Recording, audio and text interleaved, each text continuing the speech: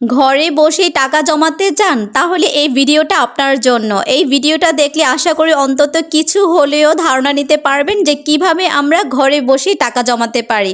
আসসালামু আলাইকুম, আপনারা যে যেখানে আছেন সবাই কেমন আছেন? আল্লাহর অশেষ রহমতে আলহামদুলিল্লাহ আমি ভালো আছি। প্রাত্যহিক জীবনে খরচের কোনো শেষ নেই। এখনকার সময়ে বেসিক দরকারি জিনিসপত্র কিনতে গেলেই হাতের টাকায় টান পড়ে। তার ওপর নিজের শখ আহ্লাদের কিছু ব্যাপার তো থাকেই। মাসিক আয় যতই হোক না কেন, ঘরে বসে টাকা জমানোর সহজ কিছু কৌশল মেনে আপনি সহজে একটি ভালো পরিমাণের অর্থ সেভ করতে পারবেন। চলুন এখন জেনে নেই ঘরে বসে টাকা জমাতে কি কি করব আমরা। ১ নম্বরে রয়েছে মাসের বড় বড় খরচগুলো আলাদা করে নিব। আয় যতই হোক না কেন, টাকা হাতে আসার আগেই একটি খাতায় বা নোটপ্যাডে সুন্দর করে প্রথমেই মাসের বড় বড় খরচগুলো আলাদা করে নিন। যেমন মাসিক খাবার খরচ, যাতায়াত খরচ, বাড়ি ভাড়া এবং বিভিন্ন বিলের খরচ। এভাবে মাইন্ড সেট করতে পারেন যেই মাসে স্পেশাল কোনো অকেশন থাকার চান্স আছে, শুধু সে সময়গুলোতে এই খরচগুলো করবেন। এতে প্রতি মাসে বেশ ভালো একটি অ্যামাউন্ট সেভ করতে পারবেন। ২ নম্বরে রয়েছে ছোট খরচগুলো তালিকাভুক্ত করতে ভুলবেন না।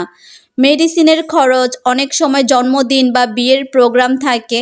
আপাতত দৃষ্টিতে চোখে না লাগলেও এই মাস শেষে কিন্তু এই খরচগুলো ভালো একটা অ্যামাউন্টে চলে যায়। ৩ নম্বরে রয়েছে ব্যাংকে জমাতে না চাইলে একটি পিগি ব্যাংক কিনে ফেলুন। ৪ বা ৫,০০০ টাকার জন্য ব্যাংকে নিয়মিত যাতায়াত করাটাও হ্যাসেল লাগে অনেক সময়। এসব চিন্তা করে বেশিরভাগ সময় কিন্তু টাকা জমানো শুরু করা হয় না। তাই ব্যাংকে জমাতে না চাইলে একটি পিগি ব্যাংক কিনে ফেলুন। মাসের শুরুতেই টাকা আসার সাথে সাথেই আপনার পার্সোনাল পিগি ব্যাংকে টাকাটা আলাদা করে সরিয়ে রাখতে পারেন। ৪ নম্বরে রয়েছে খরচ করেই ফেলি, জীবনে আর কি আছে। মাইন্ডসেট কন্ট্রোল করতে হবে। কি হবে এত চিন্তা করে, কি হবে এত টাকা জমিয়ে, খরচ করেই ফেলি, জীবনে আর কি আছে, এমন উইক মাইন্ডসেট থাকলে কিন্তু চলবে না। এমন মাইন্ডসেট কন্ট্রোল করতে হবে যে কোনো সিচুয়েশনেই এই সেভিংসগুলো কোনো সিচুয়েশনেই এই টাকাগুলো বা এই সেভিংসগুলো খরচ করা যাবে না। এই সেভিংসগুলো সব সময় একটা শক্তির মতো কাজ করে। তাই হতাশ না হয়ে স্ট্রং মাইন্ডসেট নিয়ে টাকা জমানো শুরু করতে হবে। আমাদের বুঝতে হবে কোনটা আমাদের প্রয়োজন আর কোনটা আমাদের চাওয়া। জীবনে সব সময় চাওয়ার আগে প্রয়োজনের ভূমিকা বেশি।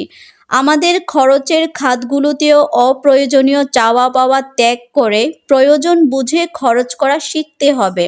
আর তাহলেই খুব সহজে ঘরে বসেই টাকা জমানোর সহজ কিছু কৌশলগুলো কাজে লাগানো সম্ভব।